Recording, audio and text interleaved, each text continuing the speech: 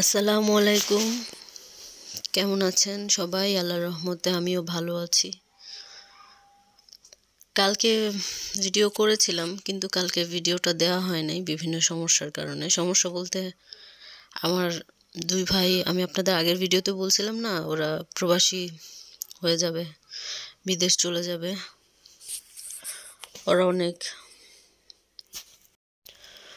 ওদের নিয়ে অনেক ব্যস্ত ছিলাম, তাই যাওয়া হয় নাই, করা হয় নাই আর কি। খুব মিস করতেছি ভাইদের। ওরা সৌদি আরব চলে গেছে, দুই ভাই একসাথেই গেছে।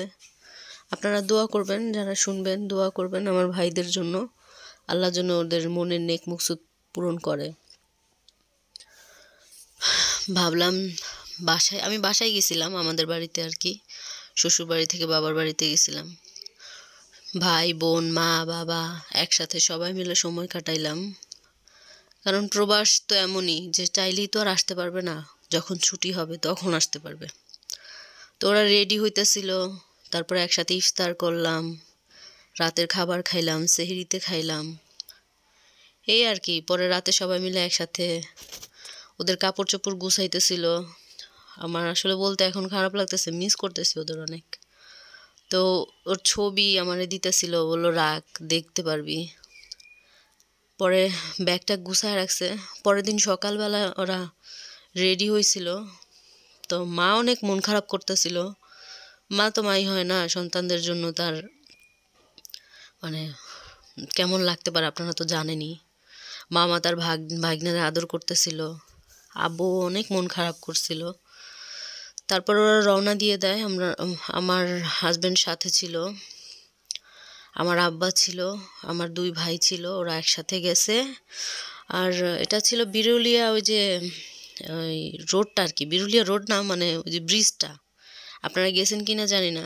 তারপর ওই যে এয়ারপোর্টে আইসা পৌঁছায়, তো আমার হাজব্যান্ড এটা একটু দেখাইতেছিল যাতে আমি দেখতে পারি। আমি গেছি আগে, কিন্তু এখন একটু চেঞ্জ হয়েছে নাকি, এখন নাকি ভিতরে ঢুকা যায়।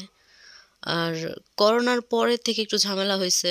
ঝামেলা বলতে আগে নাকি একদম উপরে যাওয়া যেত, এখনও যাওয়া যায়, তবে প্লেনের ওদিকে যাওয়া যায় না। এই যে আমার ভাই ভিতরে প্লেনের ইয়েটি আমাকে দেখানোর জন্য ভিডিও করে পাঠাইছিল।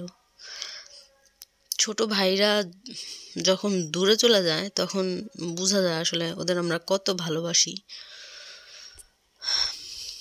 এখন শুধু দোয়া করি ওদের জন্য। ওই যে ওরা ভিতরে চলে যেতেছিল, আমার আব্বু, আমার ভাই, আমার হাজব্যান্ড আর কি বাইরে ছিল।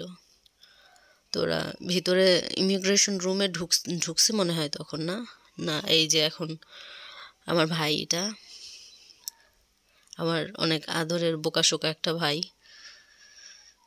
আর এই যে আমার আরেকটা ভাই, সারাক্ষণই বিভিন্ন প্রবলেমে থাকেই ওর, এই ঠান্ডা এই সেই। আপনারা দোয়া করবেন আমার ছোট দুইটা ভাইয়ের জন্য, ওরা যেন সুস্থ থাকে, ভালো থাকে, ওদের মনের যে সুপ্ত ইচ্ছাগুলি এটা যেন আল্লাহ পূরণ করে। যে প্লেন ছেড়ে দিছে তখন, তো দূর থেকে এটা ভিডিও করে নিছিল।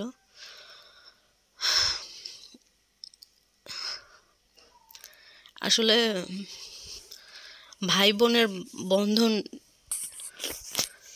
একটা সময় হয়তো ফিকেও হয়ে যায়, কিন্তু কেউ চায় না কখনো যে তাদের মায়া, তাদের স্নেহ যখন কখনো কমা না যায়, এই আর কি।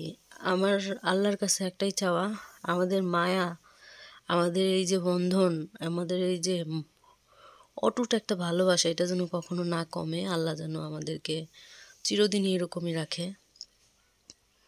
ওদের মন মানসিকতা, আমার মন মানসিকতা কখনো যেন এমন না হয় যেন আমরা কারো কষ্টের কারণ না হই, এই আর কি। প্লেনটা ল্যান্ড করবে না, উঠবে আর কি, এজন্য ঘুরতেছিল।